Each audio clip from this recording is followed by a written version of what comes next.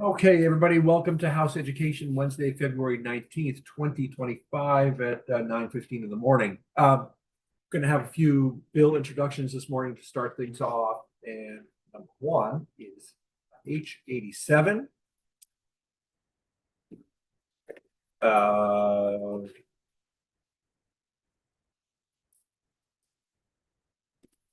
Right.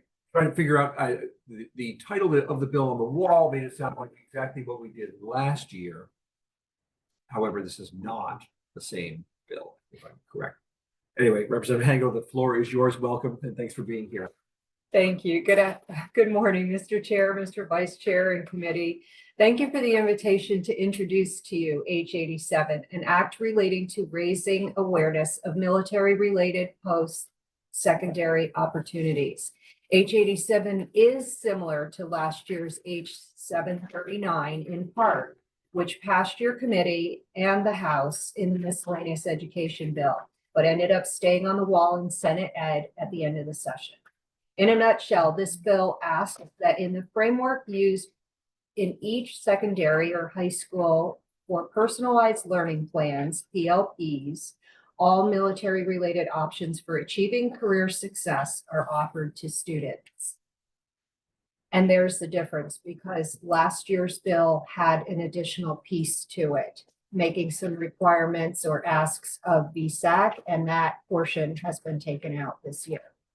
From the Agency of Education's website, personalization is a learning process in which schools help students assess their own talents and aspirations, plan a pathway toward their own purposes, work cooperatively with others in challenging tasks, maintain a record of explorations, and demonstrate their learning against clear standards in a wide variety of media, all with the close support of adult mentors and guides. This is from the National Association of School Principals. The state of Vermont describes the PLP as a student's roadmap as they progress through their educational experience, informing choices through those years and beyond. PLPs not only help articulate and clarify students' goals and needs, but also are a reflection of the importance of student agency in learning. Creating personalized learning plans provides students the opportunity to reflect upon their learning and shape their future, and enables the adults in their lives to better understand each student as a unique individual. My understanding as a school board member is that PLPs are meant to provoke a student and their family, advisors, and mentors to think deeply about the choices available to them to assist with their planning for the future, to ensure both financial success and personal fulfillment with their careers. As the legislature enabled the PLP legislation, it behooves us to make the process as comprehensive and clear for students as we can.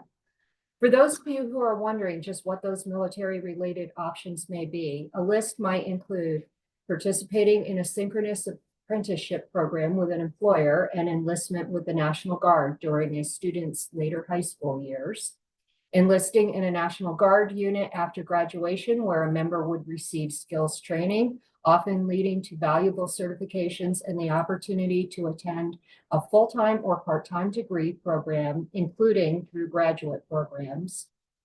The processes for enrolling at a military service academy, which includes a pathway through the National Guard, which is a little-known process. Attendance at a public university or college or a private military college with an ROTC program, enlistment in an active duty military branch with the potential for extended reserve service. All of these various pathways provide students and those adults advising them alternatives to taking out college loans or depleting savings accounts, while offering students the opportunity to pursue limitless dreams. The need for this language came to the Vermont National Guard and Veterans Affairs Caucus about 2 years ago during a Q&A session at Norwich University, where many of our fellow legislators whose children are high school students bemoaned the fact that they were not aware of the military options that their student could pursue. We learned that school counselors were often unfamiliar with the myriad of military options available to high school students, and that many schools relegate the military recruiter to a back room during their obligatory one visit per school year. Families are investing in a student's future by making these important decisions, and they deserve to have full knowledge of the options available to them to make those dreams a reality. Thank you. So I was just doing a little side-by-side comparison of the section of S-167 from last year, which was the Senate Miscellaneous Education Bill, and what you have presented today, same thing, with the removal of what was then Section 10B, Planning Resources, as well. So let me just, for the committee, reiterate what Representative Hango said. This was part of that bill. It passed the House. The language that we see in front of us was pretty much agreed to by everybody, and was included. If there was any sort of controversial part, I wouldn't even hesitate to even approach that word. It is a portion that was removed from the language already. So that's its history. Why it did not leave the Senate in the waning days, because everything else in the miscellaneous ed bill was pretty milquetoast as well. Why it did not move, we don't know. But I would say, could I characterize this as round two, same thing? Discussion's already taken place, compromise has already taken place, and that's what we have. Yeah, I think that's a very accurate characterization. I have two questions. One is just what was the part that was removed? It said, Oh, I guess I can find it. it said, the planning resources, semicolon, U.S. Armed Forces options, the corporation's print and website financial aid and planning publications, and the corporation in this case means VSAC, Student Assistance Corporation. Their website financial aid and planning publications for post-secondary education and training resources shall include Vermont National Guard and U.S. Armed Forces options relevant to each publication. And then my second question is, I know that, I don't know if this is every school, but at some schools, parents can sign a thing saying like, I don't want the recruiter to talk to my kid. How does that play into something like this? That's a federal law, I believe, Okay. that parents can sign the opt-out. And it doesn't affect this at all. It's just going to be when a student is speaking with their school counselor and other people who are advising them, that they're made aware that these options exist. So it'll be like maybe a list. You know, you can go to college, you can go to a career planning, you can go to, a technical school, or you can perhaps choose a military option. So it's not something like a recruiter coming into the school. That's not what this would require. It would just require that when a student is sitting down to make their PLP, which actually is a living document, the student is constantly updating that during their high school career. Just that they and their families and other people advising them, their mentors, are aware that these options exist. So is there any opt-out option in this for parents to say, I don't want that on the list that you offer my kid? No, that is not something that we have contemplated, but of course, this committee, that's a choice for you to make. But I feel fairly confident that out of a list of things that a student is being presented, that's not coercive in any way.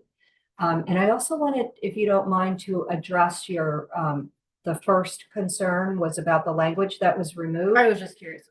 We actually had discussions with VSAC, and some of them occurred after the session. And we were made aware and assured that in their brochures, this very same thing is already happening. So if you go to their Planning for College website, you will see all of the military options for post-secondary careers listed, because there are an awful lot of scholarships that students can get, or free college experiences that they can get, for instance, if they were accepted at a military service academy. So that's already on VSAC's website, so there was no reason for us to require them to do anything different than what they're normally doing. Any other questions? Terrific. Thank you. Thank you very much. I really appreciate the consideration. Yeah, absolutely. I think, if we do a miscellaneous education bill, or if we get one, since this has already happened once, I don't see any reason why we wouldn't try to include it again. Thank you very much. I appreciate it. We will do a 3-minute walkthrough. St. James Office of Legislative Counsel. I'm not signed into the Zoom. Do you want me to? You do not. Okay. So we are going to walk through H87 as introduced, an act relating to raising awareness of military-related post-secondary opportunities.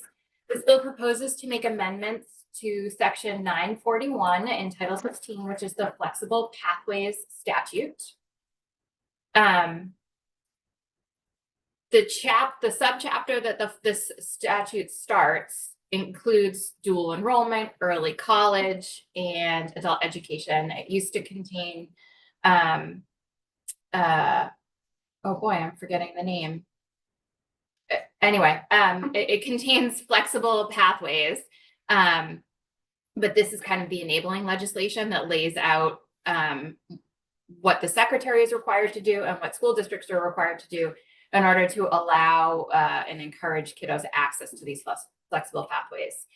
So starting on page 2, line 13, subsection B requires the secretary to develop, publish, and regularly update guidance in the form of technical assistance, sharing best practices and model documents, legal interpretations, and other support designed to assist school districts to, and then we're going to skip to page we're going to stay on the bottom of page 2. So the AOE is required to produce guidance for school districts, and the school districts are required to use that guidance to work with every student in grades 7 through grade 12 in an ongoing personalized learning plan process that page 3, line 6 is proposing to add to the list above it of things that personalized learning process is supposed to include. On line 6, identifying career and post-secondary planning options using the resources provided pursuant to subdivision 4 that we're going to walk through next. So it's kind of multi-layered here. AOE is required to publish guidance for school districts, who are then required to use that guidance to work with students to develop ongoing personalized learning planning process that includes career and post-secondary planning options using specific resources. What are those specific resources? We are going to jump to, bless you, page 4, starting on line 6. And remember, the framework we are working within is that AOE is publishing guidance to assist school districts to do the following. So in number 4, it's to provide students with career development and post-secondary planning resources. And lines 10 through 12 is proposing to say those resources provided pursuant to the subdivision must include information regarding the admissions process and requirements necessary to proceed with any and all military-related opportunities. And that's it. Any questions? So this is not to say that it wasn't happening, but this is to make sure that it does happen in all cases. And sorry, can I ask you a question? Yeah. The military options would start being shared and begin in grade 7. The career development and post-secondary planning resources are required those resources are required to be shared beginning not later than grade 7. And those resources have to include the admissions process for all military-related options. But I don't read this language as being specific as to which year, which resources are provided, right? Post-career development and post-secondary planning resources, you got to start sharing them no later than grade 7. What those resources are may vary depending on each kiddo, and when those resources are shared, along that child's pathway may vary from child to child. does that, it's kind of a cop-out answer to your question? I'm used to that now, not from you. No offense taken. So I don't read this as saying in grade 7, you shall be told about requirements or admissions process and requirements necessary to proceed with any and all military related options. When career development and post-secondary planning resources are shared with a student over the student's life between 7th and 12th grade, there has to be a sharing of military related options. Can I ask one? Yes, So sure. this isn't necessarily a question of something that would be covered in the bill. I guess I should have asked this to Representative Prango. When they give all of the opportunities that joining the military provides, you know, the career, the scholarships, the education, do they also do a risk assessment with kids to tell them what else could happen if they joined the military? I think that what they provide is here's an array of options.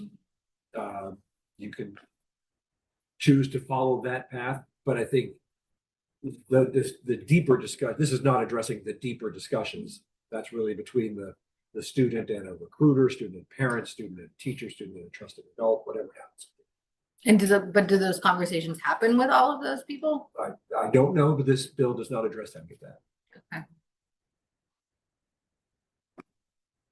Thank you very much. Thank you. Thank you. All right, next up, H209. Representative Goldman, you are in the hot seat. Here I am. This is gonna be the easiest bill to look at all year. Absolutely. You mean easier than the governor's education A plan? little bit. This is Come really on. easy. All right, so go ahead and introduce yourself and talk to us about H209. I'm Leslie Gold, Representative Leslie Goldman. I represent Wyndham 3, which is Rockingham, Westminster, and Brookline, which is the Bells Falls area. I serve on the healthcare committee.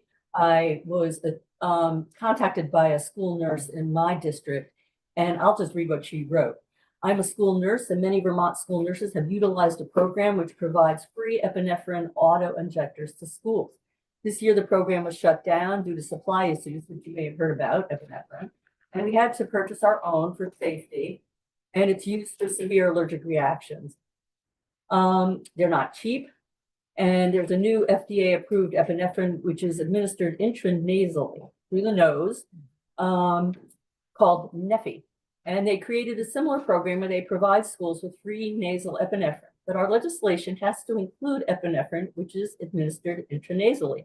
Right now, it only lists auto injectors, which you may have seen, you know, you put the thing in and you go click and all of a sudden person has epinephrine. It's very useful for severe allergic reactions, asthma, you know, those kinds of things. It's in schools, I think it's mostly used for allergic reactions. So I sent this query to Jen Carby and asked if this request makes sense. Jen says yes. 16 VSA 1388 allows schools to stock epinephrine auto injectors and enter into agreements with manufacturers to get them for free at reduced price. But the problem with the statute is specific to auto injectors, and it needs to be updated to include the nasal form. So that's what this bill does. It just changes the language to move from auto to include auto injector and nasal applications. So that's why I say it's pretty simple.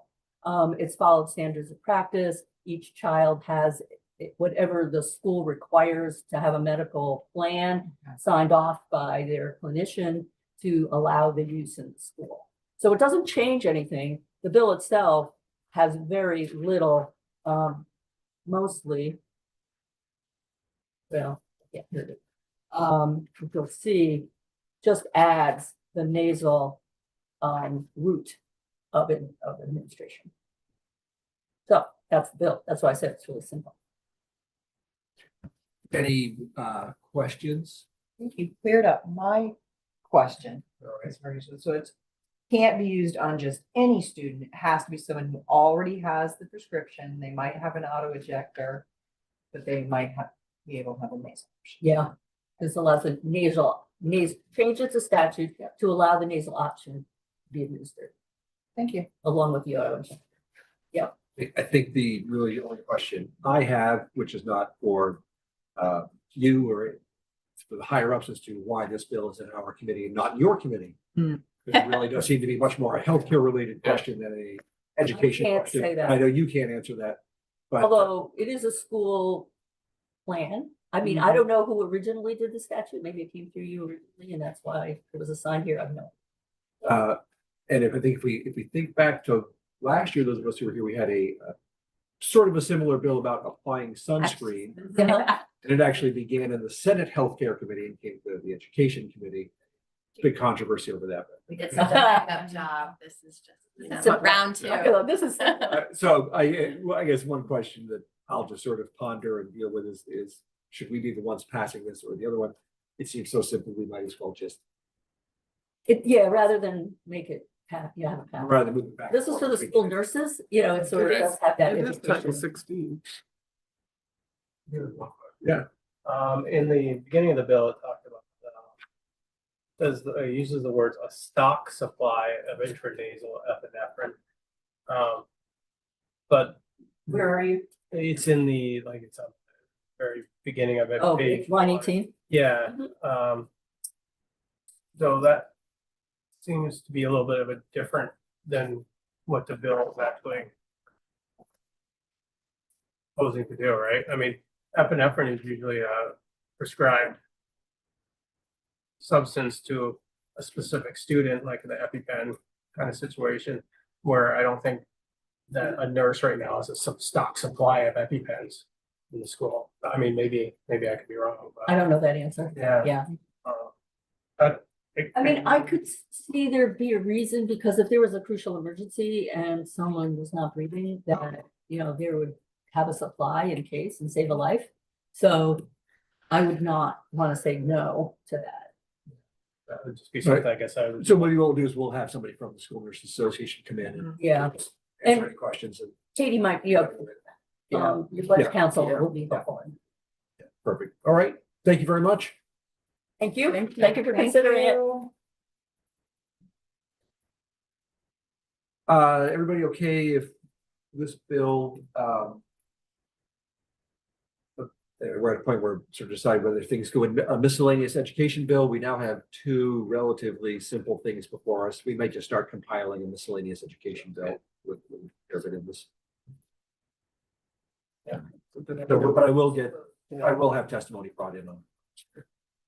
And for the previous bill, if anybody's interested in the testimony that we had last year, ask Annie to set you up with a link to that. Rather than having folks come in and talk about it again. Yes, Sorry, I could certainly give you the name of the person who contacted me, because she would be the person to test. would you share it with Annie? I will. And that'd be great. Thank you very much. Yeah. All right, well, just in time. Yeah, you want me to sit down? Sure. We're not wasting. Hello. any time. All right. The revolving door day. Here. Thank you. All right, everybody, we are now moving on to the introduction of H-194.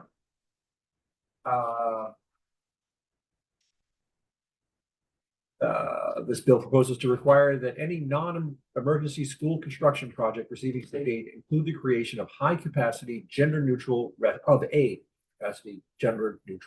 restroom. Troy, the floor is yours. If you'd introduce yourself and Yes. talk to us about H-194. Morning, and thank you for having me in. I understand. We're dying to know what a high. Yeah, you've been Gender very neutral. busy on a few other things, so I'm glad to talk about this bill. My name is Troy Hedrick. I'm a representative from Burlington. And to be honest, kind of already indicated, but not a lot to this bill. The chair has already kind of indicated what it does. So let me just do some bullet points, what it does do, what it doesn't do. I have anticipated some questions that are fairly quick, but I'm happy to take questions as well. Essentially, it does what the bill states. It mandates for some inclusive facilities. This requires that any non-emergency school construction project receiving state aid must include the creation of a high-capacity all-gender restroom with fully enclosed stalls. That's the brunt of it. It ensures that new or renovated school facilities provide safe and private restrooms for all students, aligning with health and safety standards. Supports statewide educational initiatives and the strategic plan of the State Board of Education by promoting inclusive infrastructure. part of what. Let me just do a few things about what this bill does not do. This bill does not require modifications to existing school restrooms unless they are part of a new non-emergency construction project. So you can say they. There is no mandate on gender identity policies of any kind. This does not impose any policies regarding gender identity or expression. It solely focuses on the physical infrastructure to accommodate all students. There is no additional financial burden on schools. This does not necessitate the additional funding from schools. The requirement applies only to projects receiving state construction aid. Those are the limits on this. To anticipate some questions, does this bill force schools to eliminate gender-specific restrooms? The answer is no. The bill requires the addition of at least one high-capacity all-gender restroom in new or renovated facilities. Is this bill promoting a particular stance on gender identity? My interpretation is that the answer to that question is no. The bill does not address or promote any policies related to gender identity. Again, it's only an infrastructure. Will implementing all gender restrooms compromise student safety or privacy? My answer to that question is no. You may want to talk about that. The bill specifies that all gender restrooms must have fully enclosed stalls, providing individual privacy and maintaining safety for all users. Could this requirement impose financial strain on school districts? Again, the bill only applies to non-emergency construction projects already receiving state aid. So my answer would be a no as well. That's what I have in my talking points. Some of us may need a description of what a high capacity, gender neutral bathroom looks like. Yeah, I mean, I think high capacity could probably be relative to the school size. I would encourage you to have those conversations. I define high capacity as being able to accommodate the population within the institution or the school that might want to use. I was getting a little more basic than that, like you walk through a door. Yeah, I'm assuming this is, so I had an experience at UVM yeah, where I right. walked into a bathroom door and a woman was walking out and I kind of like thought I'd made a big mistake. And she said, no. This is a gender neutral high capacity. And it was, Right, and it yeah. was a number of, as you say, Yeah. fully enclosed stalls. Right. And I think therefore there was no need for gender yeah. division. there's I don't know if it's a paradigm shift necessarily, but I don't know. I've been into a number of facilities now where the stalls look very different than how we envision stalls as they have existed for most of our lives, where you can see the feet under the stall, you can see the crack. This is different. You walk in, you open a door, you close the door. Yeah. The newest residence hall on UVM campus is another pretty good example. It's not high capacity, but anybody gets to use the shower stalls because it's a individual private room. So this is a high capacity is a bunch of private stalls that are fully enclosed. Do you know if it's part of the design of the new Burlington High School? I don't know the answer to that question.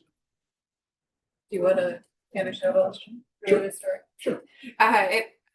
Colchester just redid a bunch of bathrooms, Colchester High School, downstairs because they were horrible and disgusting. And I'm not sure exactly how you would, basically all of the single stalls that are completely enclosed, door to the, go ceiling to floor, are all along a hallway. And then it's a communal area that's quite open with like the mirrors and sinks. Right. And it was done that way for a variety of reasons and has a phenomenal benefit of completely cutting down on vaping and Interesting. like school. There's no longer a bathroom to go congregate in. Like you literally have to go into the stall alone, or you would go into a tiny stall with someone and everybody would see you go in, which would be weird. And then when you come out, I don't think they were designed necessarily. I think there have a lot of universal design reasons why Right, they did right. those bathrooms that way, but it has been a huge improvement.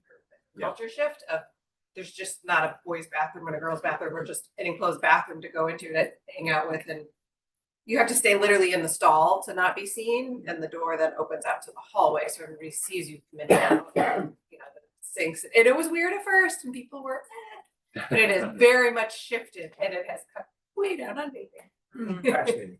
It's actually a question for you. Yeah. And that's just an incident, it's like kind of, it's a universal design. thing That's about precisely bathrooms, it. that it's like- Universal It's not, Are you saying that like where you wash your Yeah. hair, all that is like in the hallway, everybody can see that space? basically, like it's the edge of the hallway, but it's sort of a half It's not its wall, own room with its own door No. that you go into. Right. Only those are just the toilets. just, the toilet. Yes. Everybody's in the same area until like, so, I guess if you wanna like put on your makeup and have nobody see you, you'd have to do it in the stall with the door closed with your Little mirror, mirror. right? Like, once you're in the outside of your toilet, you're in a communal area. Could we just add mirrors under the back of the doors? All right, we don't- I don't- anyway, Yeah. I think there's an evolution, particularly in schools, Yeah. I of just, how you do Camping bathrooms mirrors? for a lot of reasons. I guess I wonder if it isn't already, if you're gonna design an addition, if this isn't already a standard piece. Anyway, appreciate that and appreciate you bringing it to our attention, especially as we're gonna dive Right, yeah, first into school Yeah, construction. sorry. right. I thought this would be a nice little component for that. Thank you. Thank you. Always a pleasure. John, had I done my homework and seen how much is in this bill, would not have asked you to come. But since you're here, we might as well. Okay. Okay. John Gray, Office of Legislative Counsel. I think Rep. Hedrick did a really good job of describing both the goals and the limits of this bill, but just to flag hopefully obvious points for you guys. Because this is a proposed amendment to existing Title 16, Section 3448, that program is currently under moratorium. This will be live for all of you guys during recent discussions. Just to note that if this passed as is, it wouldn't apply to anything at this point. I think the goal was to have the